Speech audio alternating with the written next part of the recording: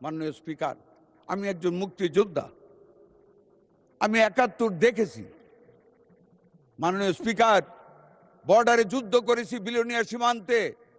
আজকে যারা গণতন্ত্রের সবক দিতে চায়, যারা ৭১কে ২৪-এর সাথে সম্পৃক্ত করতে চায়, খাটো করে দেখতে চায়, মাননীয় স্পিকার একটি কথাই বলতে চাই, ভালোভাবে আচরণ করে যাচ্ছি। ভদ্রতার সাথে দেশের বৃহত্তর স্বার্থে আমাদের নেতা জনাব তারেক রহমান ঐক্যের ডাক দিয়েছেন। বিদ্যুতের সমস্যার সমাধানে সর্বদলীয় এই সংসদ থেকে কমিটি করেছেন। মাননীয় স্পিকার, বেশি বাড়াবাড়ি না করার জন্য অনুরোধ করব। পাকিস্তানে গিয়েছিলাম ২০০৪ সনে, জামাত ইসলামের একজন এমপি আমার সাথে গিয়েছিলেন সাফমা কনফারেন্সে।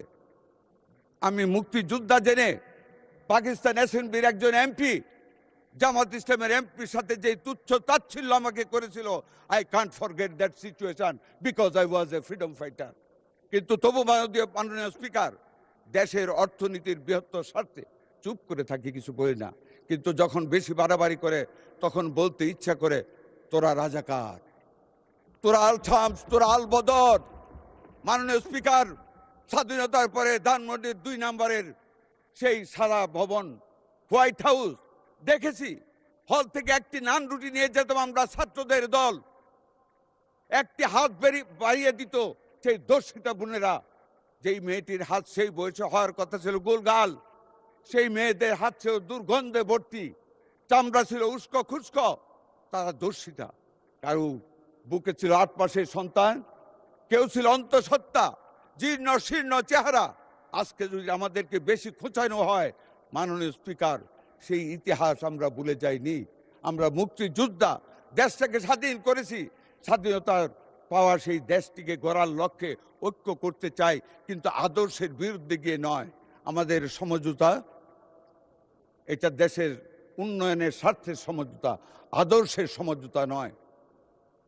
আমাদের বিরোধী দলীয় নেতা এখন নেই, উনি কালকে বলেছেন উনাকে কেন এত কসলায়।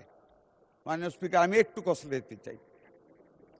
উনি কয়েকদিন আগে শিশু পরিবারে গিয়েছিলেন, শিশু হাসপাতালে গিয়েছিলেন। তো উনি যখন গেলেন, আমি বদ্ধতা স্বরূপ, উনি বিরোধী দলীয় নেতা, ওনাকে বললাম, মাননীয় বিরোধী দলের নেতা, আপনি তো গেলেন, আমাকে বললে তো আপনাকে রিসিভ করার ব্যবস্থা করতাম। কয় না না না, আপনার লোকজন ওইখানে মানুষ অনেক ইজ্জত করেছে। আমি কি জানলেন?